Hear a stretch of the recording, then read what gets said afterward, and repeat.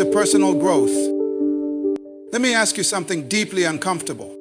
What if the only reason you're not where you want to be is you? Not your past, not your boss, not your family, but your refusal to grow. You see, everyone wants change, but few are willing to grow through it. That's because growth requires pain, and we've been taught to avoid pain at all costs. But pain is not your enemy. This speech isn't about motivation, it's about transformation. By the end, you'll no longer wonder how to grow. You'll understand why you must and what's been silently stopping you all this time. Growth is not a product of time. It's not something that just happens to you because you've gotten older, had a few setbacks, or read a couple of books. No, growth is deliberate.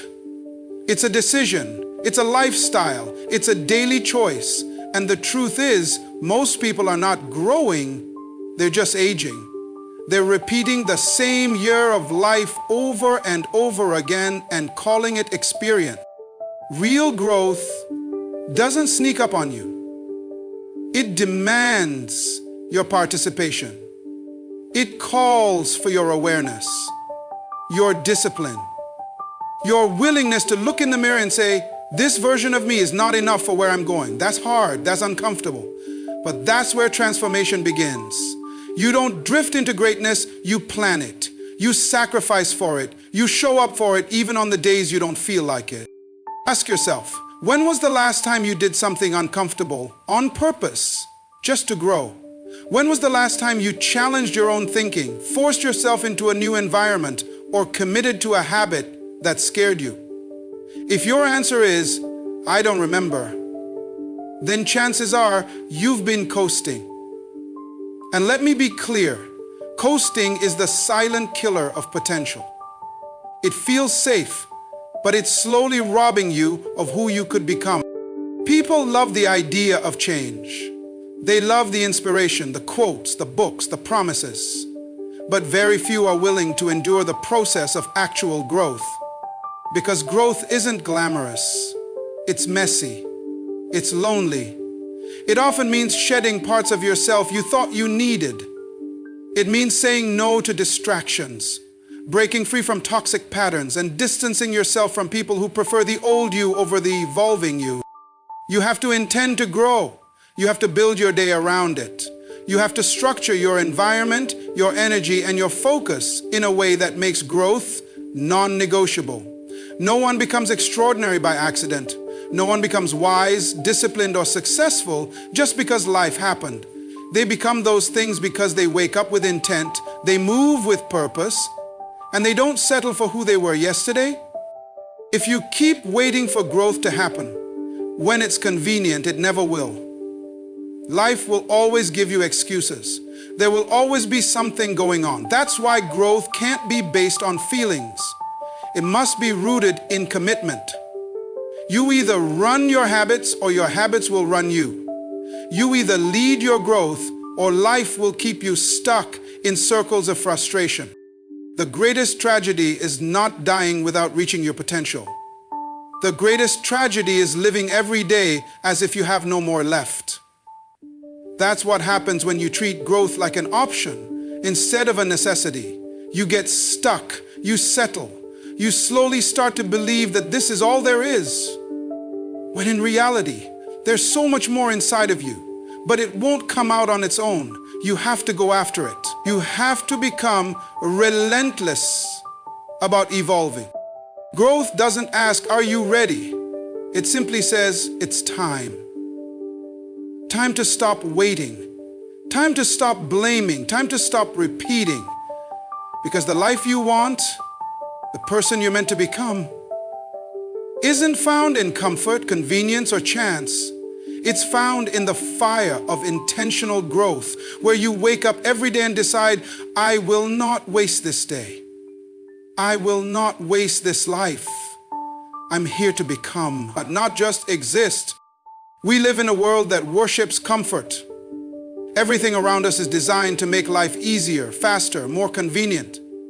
But here's the uncomfortable truth. Comfort is a trap. It's a beautifully disguised prison that convinces you you're safe while silently stealing your potential. The enemy of growth isn't failure, it's comfort. Because failure teaches, failure pushes. But comfort?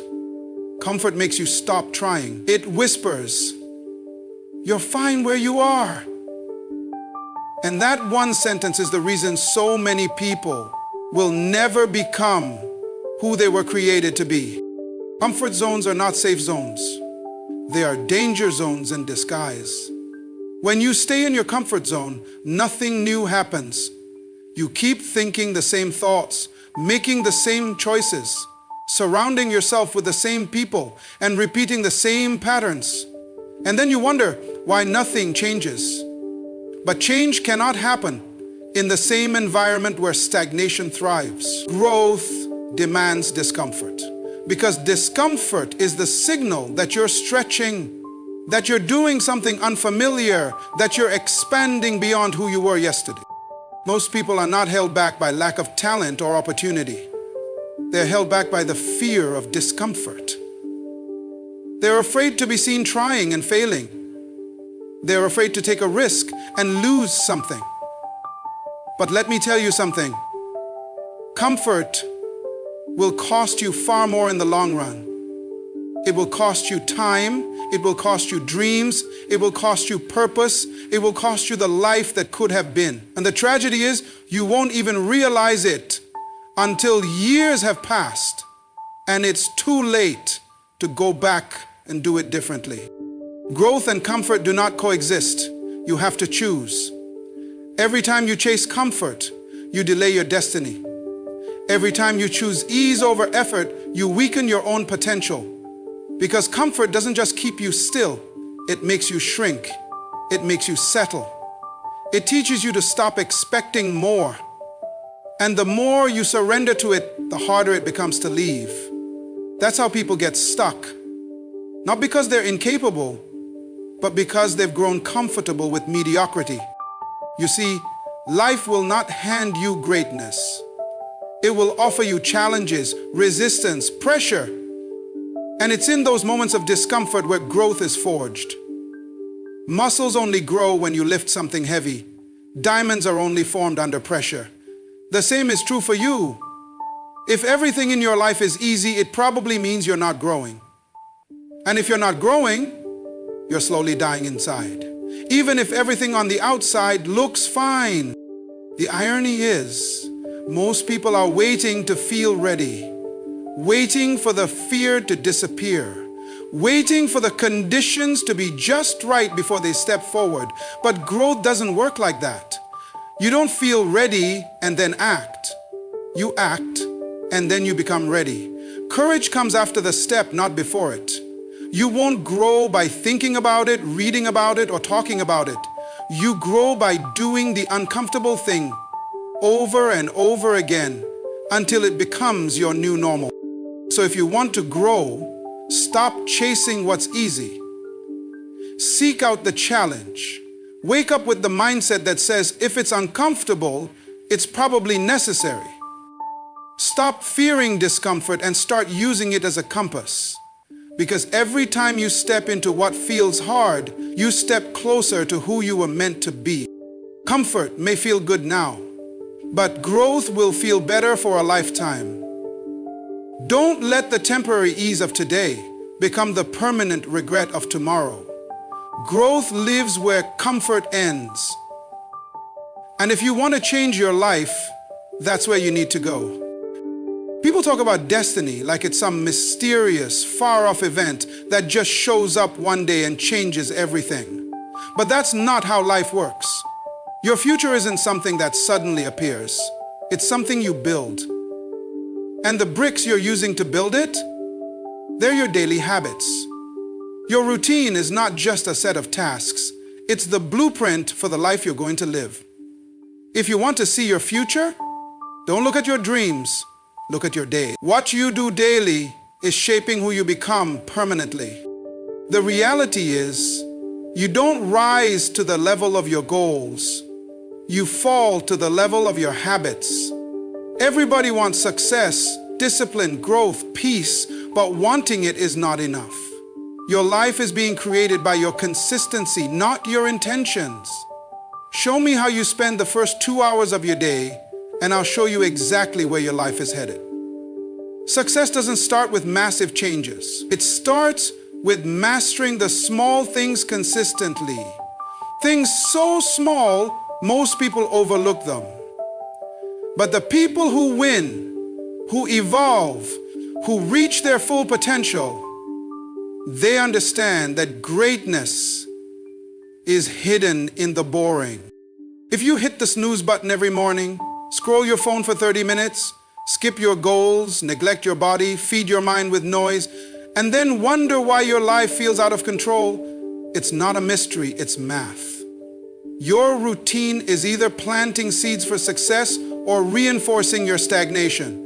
And the painful truth is that many people are busy, but not intentional. They're active, but not aligned. They're doing things, but not the right things. And then they blame circumstances, when in reality, their routine is the silent architect behind every result they're getting or not getting. You cannot change your life without changing your daily system. Motivation might inspire you to start, but discipline is what keeps you growing. And discipline isn't about perfection. It's about showing up, even on the days you don't feel like it. Especially on the days you don't feel like it. Because those are the days that define you. The difference between the person who becomes unstoppable and the one who stays stuck is not talent, luck, or even opportunity. It's the willingness to commit to a process when the excitement is gone. People wait for a breakthrough, but breakthroughs come from repeated action. From waking up every day and doing the thing, praying when you don't feel like it, working when you're tired, learning when it's boring, pushing forward when everything says stop. That's where transformation happens, not in the highlight moments, but in the hidden hours when no one's watching. Your routine will either grow you or rot you. And the scary part is, it's happening silently.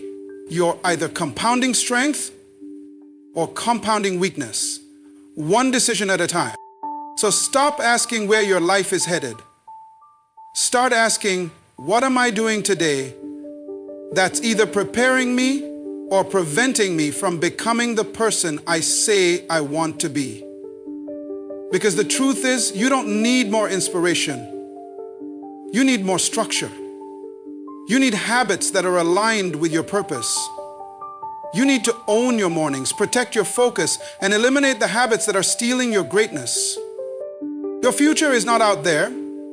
It's right here, buried inside your daily decisions.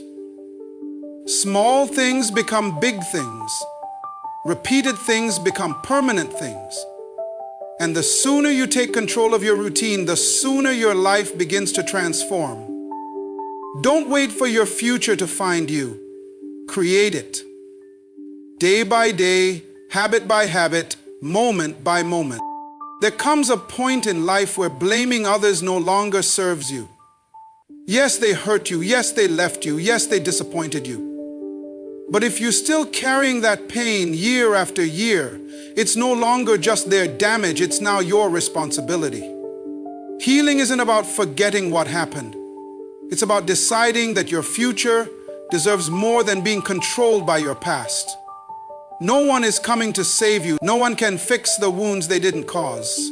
Healing is your responsibility because your life is your responsibility. Pain is inevitable, but staying broken is a choice. And too often people wear their trauma like a badge. They let it define their identity. But healing doesn't happen by waiting. It doesn't come from time alone. Time doesn't heal. Only intentional effort does. Healing comes when you decide that your story will not end in bitterness. When you refuse to keep bleeding on people who didn't cut you. When you stop letting what happened to you be the reason you can't love, trust, or grow. It's not easy, but it's necessary. You cannot become your highest self while clinging to brokenness. Healing asks for honesty. It asks you to confront what you've avoided, to feel what you've suppressed, to forgive what you swore you never would. That doesn't mean what happened was okay. It means you are not willing to let it own you anymore. Forgiveness is not about them. It's about freeing you. Healing is not a straight line. Some days you'll feel, other days the weight will return. But even on the worst days, the fact that you're still trying, that is progress. Responsibility doesn't mean blame. It means ownership. You didn't choose the trauma, but you must choose the recovery. Because until you do, you'll carry it into every relationship, every opportunity, every moment. You'll sabotage good things because you're still reacting to old wounds. You'll keep repeating cycles, not because you're cursed, but because you're unresolved. Healing is hard, but staying wounded costs more. It drains your energy, clouds your clarity, and keeps you small. Growth requires release, and healing is how you make room for that growth. Sometimes the hardest part of healing is letting go of the identity you formed in your pain, the tough, guarded version of you that helped you survive. But healing requires a different version, one that chooses vulnerability over defense, peace over pride, and faith over fear. Healing doesn't mean you forget what happened. It means you stop letting it define who you are. You are not what you went through. You are what you decide to become after it. The truth is, healing is messy. It's not a beautiful process, but it leads to a beautiful life. It's crying in silence. It's setting boundaries. It's saying no more often. It's cutting ties with toxicity. It's choosing solitude over chaos. It's rewriting the narrative in your mind, from victim to victor, from broken to whole, from pain to purpose. You owe it to yourself to do the work, not just for you, but for the people who will love you next, for the dreams that still live in you, for the peace that's still possible. Healing is your responsibility, not because it's fair, but because freedom is worth it. And freedom doesn't come from ignoring the wound. It comes from facing it, feeling it, and then finally letting it go. You were not created to live in pieces. You were created to be whole. Healing is how you get there. It starts with the decision to no longer let what hurt you hold you. That's your power, and that's your responsibility. Growth is not supposed to be comfortable. In fact, real growth almost always feels like pressure, resistance, and even pain. That's the truth most people don't want to hear.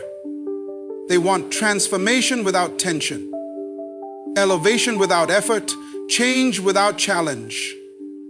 But the reality is, you can't grow without discomfort. It's the struggle that shapes you. It's the pressure that produces strength.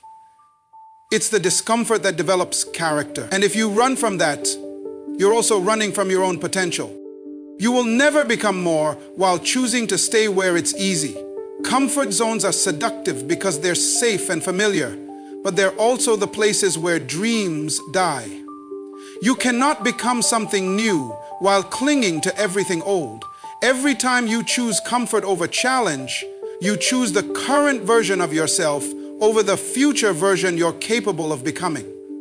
That's the trade. And if you want to rise, you have to become someone who stops seeking ease and starts seeking growth. Discomfort is not your enemy, it's your training ground. It's not there to break you, it's there to build you. Just like a muscle needs resistance to grow stronger, your mind, your spirit, your discipline, all need pressure to expand. If life is too easy, it means you're not stretching. If everything feels calm, it might be because you've stopped climbing. Growth requires you to enter unfamiliar spaces, take bold actions, and walk through doors that scare you. And in those moments of doubt, fear, and resistance, that's where the real transformation is happening. Most people pray for growth, but resist the very process that produces it. They want patience, but avoid situations that test their patience. They want strength, but complain when life gets heavy. They want confidence, but won't put themselves in positions that stretch their courage. You can't have the fruit without planting the seed, watering it, and pushing through the dirt. Growth is uncomfortable because it requires shedding parts of yourself. It requires losing the lies, the excuses, the limiting beliefs, and the behaviors that no longer serve you. And yes, discomfort will make you question yourself. It will make you feel like quitting. It will expose the weakest parts of your mindset. But that's the point. Growth shows you where you still need work. It humbles you. It strengthens your resilience. It sharpens your focus. Every uncomfortable experience is either refining you or revealing something in you that still needs healing or discipline. That's why pain can be one of life's greatest teachers, if you're willing to learn. If you want a bigger life, expect bigger tests. If you want deeper peace, go through the storms. If you want unshakable faith, prepare to be shaken. Discomfort is not a sign that something's wrong. Often it's a sign that something important is shifting. Your capacity is increasing. Your limits are being challenged. And what's on the other side of that discomfort? Confidence, power, purpose, clarity, progress. But you'll never reach it if you keep backing down every time things get hard. So stop running from the struggle. Stop numbing the pain. Stop waiting for things to get easier before you decide to grow. Start walking into the fire. Start embracing the hard things. Start leaning into what stretches you. Because the version of you that you admire, the focused, disciplined, powerful, purpose-driven version, is not born in comfort. That version is forged in discomfort. And if you're willing to endure it, to stay in it, to grow through it, you will become someone you never imagined possible. Growth is painful. Change is hard. Discomfort is real. But staying the same, that's a different kind of pain. The kind that robs you quietly. So choose your pain and choose the one that leads you to your highest self. Discipline is the quiet force that builds empires, shapes legends, and separates those who simply wish from those who actually become. While others chase motivation, which comes and goes like the wind, discipline stands firm. It shows up when you don't feel like it. It works when no one is watching. It grinds in silence and delivers results when excuses could have easily taken over. The truth is, talent can get you noticed, but discipline will keep you standing when talent gets tired. In a world full of distractions, discipline will separate you. Most people don't fail because they're not capable. They fail because they're not consistent. They start strong but stop at the first sign of resistance. They move when it's easy and stall when it's hard. Discipline doesn't care how you feel. It doesn't ask if you're tired or in the mood. Discipline trains your mind to keep promises to yourself even when no one else is holding you accountable. That's the difference between someone who's stuck and someone who's rising. One waits for the right conditions. The other creates progress through consistent action. Discipline is what keeps you going long after the emotion of starting has faded. Anyone can be excited for a week. Anyone can push through for a month. But discipline is about what you do on the days you feel empty, uninspired, unseen. Do you still write the page? Still go to the gym? Still stick to your vision? Discipline isn't glamorous. It's repetitive, often boring, and uncelebrated. But it is the foundation of greatness. The person who trains daily in private will always outperform the one who only performs when it's convenient. It's not about being perfect, it's about being committed. Discipline means showing up for yourself, not once, but over and over again. It means doing the hard thing first. It means saying no when temptation knocks. It means choosing long-term rewards over short-term comfort. That's the price of elevation. You can't reach the next level while living like everyone else. You can't have exceptional outcomes with average habits. Discipline separates you because it demands more from you, and only a few are willing to meet that demand. People will call you obsessed. Let them. They won't understand why you wake up early, why you stay up late, why you choose the grind over the party. But they don't see your vision. They don't feel what you're fighting for. Discipline will isolate you, but that isolation often becomes the space where breakthroughs are born. The more disciplined you are, the less you rely on emotion, motivation, or approval. You operate from purpose, not permission, and that's powerful. The hardest part about discipline is that no one applauds it in the beginning. You'll be working in silence, planting seeds that no one notices.